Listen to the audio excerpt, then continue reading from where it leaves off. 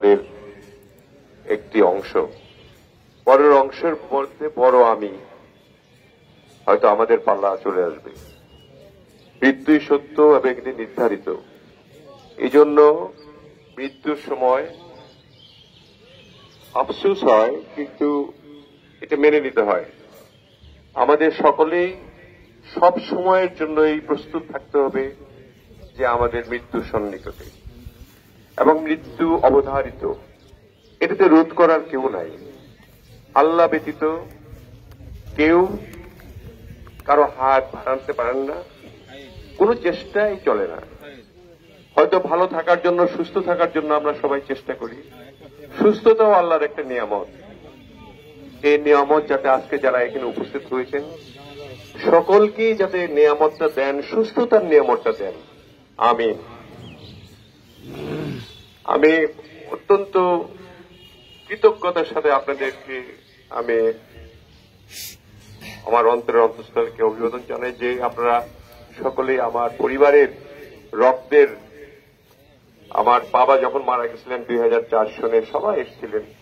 আমার চাচা মারা গেলেন, আসলেন। এটাই হলো আসল বন্ধন।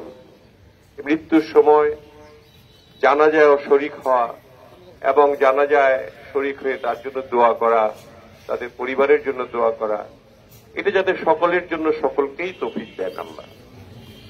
আমি বেশি কথা বলবো না।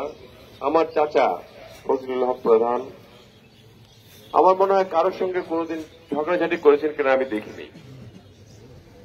তিনি ইয়াং কালে ফুটবল খেলতেন, গোলকিপার ছিলেন।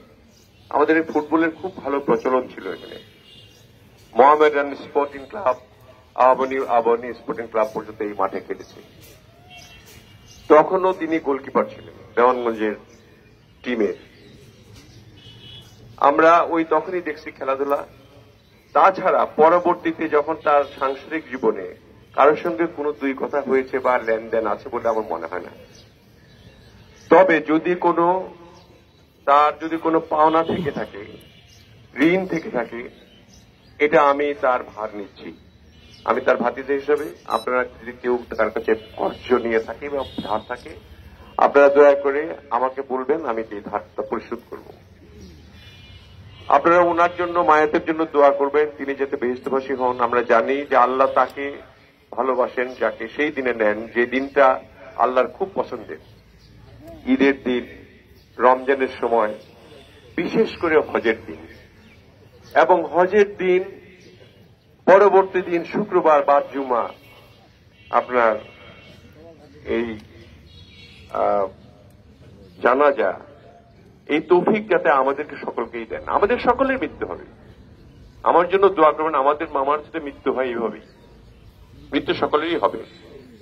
আমরা দোয়া করি সকলের সুস্বাস্থ্য, দীর্ঘায়ু আল্লাহর কাছে। যদি আল্লাহ দীর্ঘায়ু কাউ দেন, সকলকে দীর্ঘায়ু সবাই দেখতে পারবো। সেই সঙ্গে আমরা দেওয়ানগঞ্জে সকলেই সঙ্গবদ্ধ থেকে মৃত্যুর কথাটা চিন্তা করে একে অপরের প্রতি সহানুভূতিশীল হব। এটা আমার আবেদন আজকে এই জানাজার মাঠে। এবং সকলেই অহংকার ভুলে যাব, আমাদের বিদ্বেষ, অহংকার, এগুলো যাতে ভুলে যাই আমরা। আমাদের সকলের মৃত্যুবরণ করতে হবে। আমার মৃত্যু কখন আমি জানি না, আপনার মৃত্যু কখন আপনি জানেন না। আমাদের বক্সিগঞ্জ থেকে এসছেন, দূর দূরান্ত থেকে এসছেন, নামাজ পড়ে এখানে এসছেন। আমার দুর্ভাগ্য, আমি যেটি পরে আমি জুমা মিস করলাম অনেকদিন পরে। আমি এসে জোহরের নামাজ আদায় করলাম, আল্লাহ কবুল করবেন কিনা জানি না। জামালপুর থেকে অনেক নেতা কর্মী এসেছেন।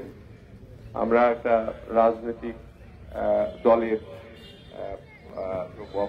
পরিবার, সেই জন্য অনেক ইউনিয়ন থেকে সব নেতৃবৃন্দরাও এসেছেন। তাদের জন্য, জামালপুরের নেতৃবৃন্দের জন্য, আমাদের দেওয়ানগঞ্জের নেতৃবৃন্দ, মুরব্বী, আত্মীয় স্বজন, যারা সুবর্ণোদ্যয়ী যারা এখানে আছেন, তাদের সকলের জন্য আমার পক্ষ থেকে আপনাদের জন্য আন্তরিক অভিনন্দন এবং আল্লাহর কাছে কৃতজ্ঞতা, আপনাদের কৃতজ্ঞতা জানাচ্ছি এবং আল্লাহর কাছে দোয়া করছি আপনারা সকলেই যাতে ভালো থাকেন। আজকে আমাদের হুজুর ইমাম সাহেব বাজার জামে মসজিদে এবং সিনহা হুজুর এখানে আছেন, তারা দোয়া করে দিবেন, দোয়াটা করে আপনারা দেন। এটা আমার শেষ নিবেদন আপনাদের কাছে। আবার তার জন্য দোয়া চেয়ে আমি আমার কথা শেষ করলাম। আমরা কিভাবে জানাজা পড়বো হয়তো হুজুর আমাদেরকে বলে দিবেন। আপনারা সকলেই ভালো থাকুন। আসসালামু আলাইকুম ওয়া রাহমাতুল্লাহি ওয়া বারাকাতুহু।